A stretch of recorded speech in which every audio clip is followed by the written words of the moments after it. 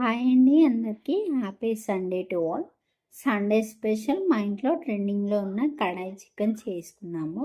ఎలా చేసుకున్నామో చూపిస్తాను చూడండి. ఒక కడాయి పెట్టుకొని డీప్ ఫ్రైకి ఆయిల్ పోసుకోవాలి. ఆయిల్ బాగా వేడాక వాష్ చేసిన చికెన్ని వేసుకోవాలి. ఒక సైడ్ ఫ్రై అయ్యాక ఇంకో సైడ్ తిప్పుకోవాలి. ఆయిల్లోనే చికెన్ని మంచిగా ఫ్రై చేసుకోవాలి. ఈ ఆయిల్లో చికెన్ ఉడకడానికి ఒక 15 నిమిషాల టైం పట్టింది. చికెన్ మొత్తం ఉడికినాక ఆయిల్ ఒక దాంట్లో పోసుకోవాలి. ఆయిల్ తీసాక టమాటాలు వేసుకోవాలి. టమాటాలు వేసి ఒకసారి కలుపుకొని ఉడికించుకోవాలి. టమాటాలు ఉడికినాక 2 స్పూన్ల అల్లం పేస్ట్ వేసుకోవాలి. 2 స్పూన్ల పసుపు వేసుకోవాలి. 2 స్పూన్ల సాల్ట్ వేసుకోవాలి. పచ్చిమిర్చి వేసుకోవాలి. 2 స్పూన్ల కారం వేసుకోవాలి. 1 స్పూన్ ధనియాల పౌడర్ వేసుకోవాలి. 1 స్పూన్ గరం మసాలా పౌడర్ వేసుకోవాలి. చికెన్ మసాలా వేసుకోవాలి.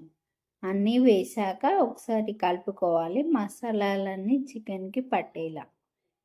ఇప్పుడు ఒక 5 నిమిషాలు ఉడికించుకోవాలి. మసాలాలన్నీ చికెన్కి పట్టేలా.